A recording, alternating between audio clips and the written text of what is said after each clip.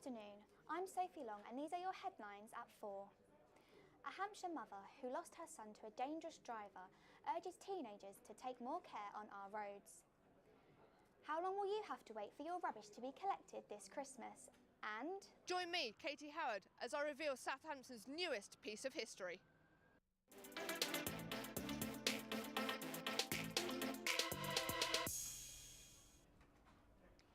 "349 people died on the roads in Hampshire last year.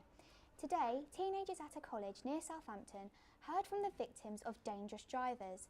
It's part of a week-long campaign to crack down on road safety, as Savannah Smith reports.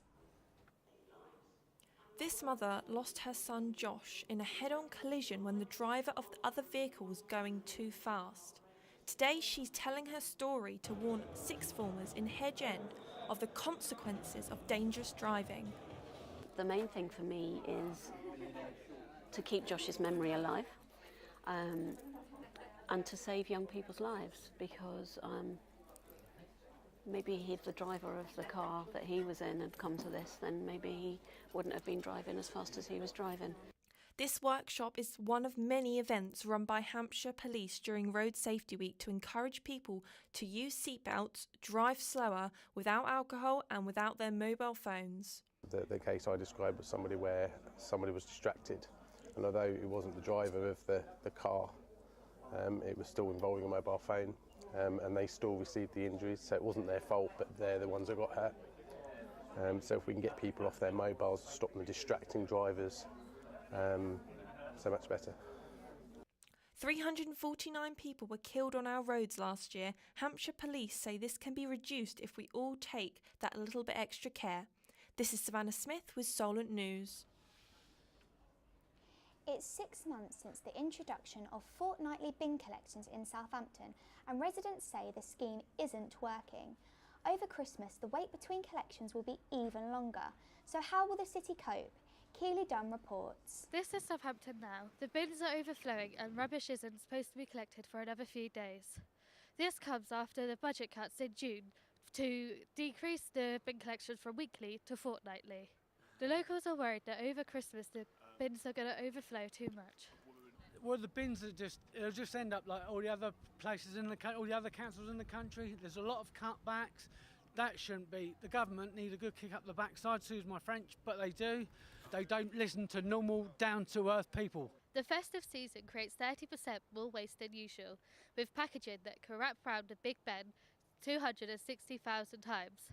The Southampton City Council have stated, "We will be collecting additional bagged waste or bottles that are left next to bins over the festive period in order to help residents cope with the additional amounts of waste that are created during this time of the year." This is Keely Dunn for Solent Journalism.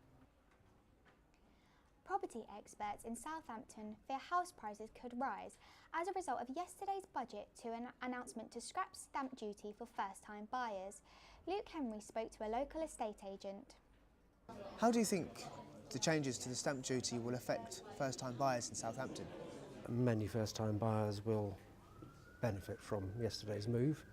The problem, however, may be that it'll feed through to increasing demand, a limited supply, and prices may well rise accordingly.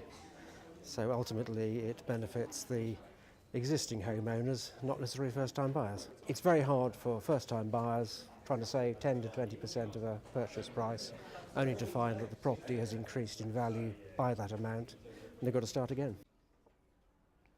Southampton fans can now see their team colours across the city. A block of flats behind St Mary's has been painted red and white as part of a regeneration project. Albion Towers is often seen in the background of televised football matches. Holidays are coming, and so is the Coca-Cola Christmas truck. It will be at Southampton's West Quay Centre on Saturday and Sunday. A new flag to represent Southampton has been raised for the first time today. It was designed by an 8-year-old boy who beat 500 other entries to win the competition. Katie Howard reports. This morning marked a new era in Southampton's history. A brand new city flag was raised this morning by its young designer, Yi-Hwan Han. The 8-year-old was the winner of a competition to create a flag of the city, beating more than 500 entrants.